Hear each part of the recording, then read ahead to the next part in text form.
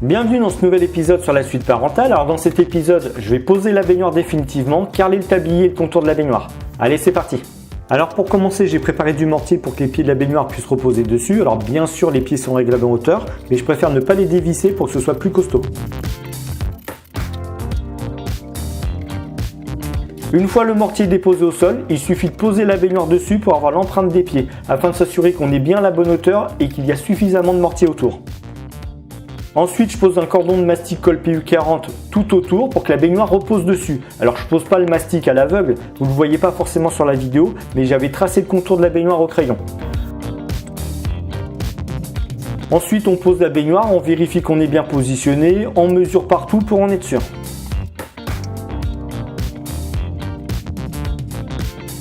Allez, je vous montre en dessous ce que ça donne. Les pieds sont bien dans le mortier. On a l'impression qu'ils sont noyés dedans, mais ils reposent dessus. Ça suffit largement. Une fois la baignoire posée, il faut la remplir d'eau pour qu'elle se tasse bien sur la colle et le mortier.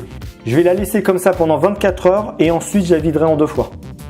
Bon, j'en profite pour accorder la baignoire à l'évacuation. Alors l'avantage d'avoir placé une manchette souple, c'est que je peux facilement faire mon collage. Sinon avec des tubes rigides, ça aurait été bien plus compliqué. Alors pour tout vous dire, j'ai ma caméra, donc là vous le voyez que la caméra est positionnée face à la trappe et je peux même pas me servir des deux mains parce que sinon je vais bouger la caméra. Là j'utilise uniquement la main gauche alors que je suis droitier. Et rien qu'avec la main gauche, vous voyez la manchette, elle se met toute seule.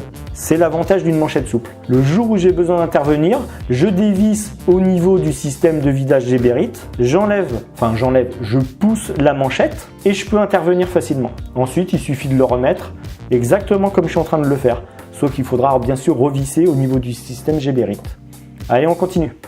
Bon, il s'est écoulé 24 heures, alors je vais vider la baignoire de moitié, dans les prochaines 24 heures je la vide complètement. Alors j'en profite aussi pour vous montrer que ça ne fuit absolument pas, le système de vidage Geberit est vraiment top pour ça.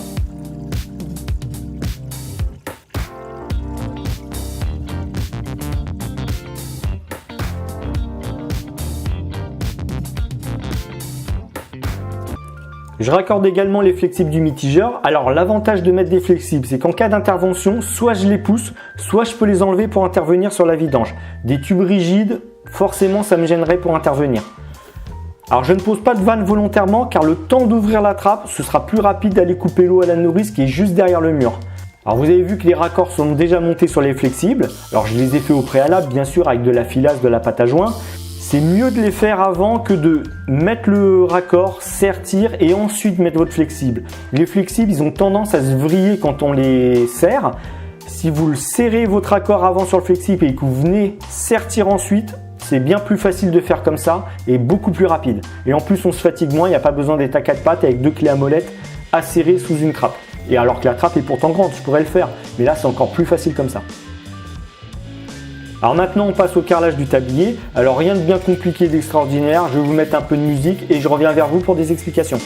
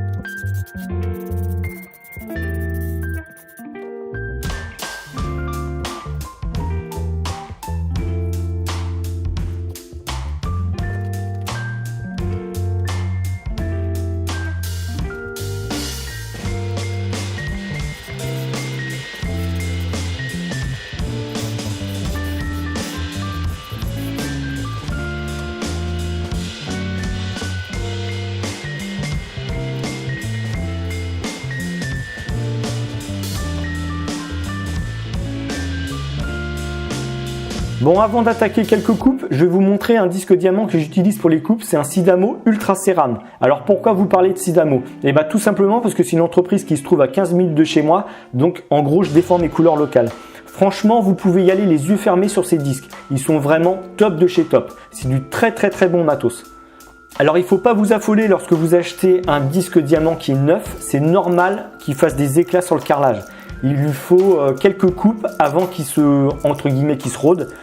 Et après, vous allez avoir des coupes qui vont être nickel. Mais au début, vous allez avoir quelques éclats. C'est tout à fait normal.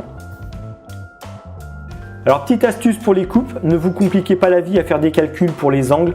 Utilisez tout simplement votre laser. Je vous avais fait une vidéo où je vous montre comment repérer au laser un trou que vous devez faire sur un mur. Et bien là, c'est un peu le même principe.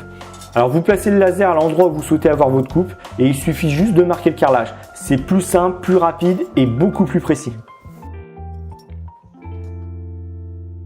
Bon voilà, la baignoire est terminée. Alors je vous ai pas tout filmé parce qu'il fallait vraiment que j'avance. Mais bon, vous avez compris le principe du tablier carrelé. On met la colle, on pose le carrelage, on fait ses petites coupes et ça roule tout seul. Bon, vous avez vu, la trappe fera un peu plus de 2 carreaux et ça se voit même pas. Franchement, bon, on voit qu'il y a une trappe mais c'est pas gênant. Bon, je vous laisse regarder tout ça avec un peu de musique et après on attaque les murs au-dessus de la baignoire.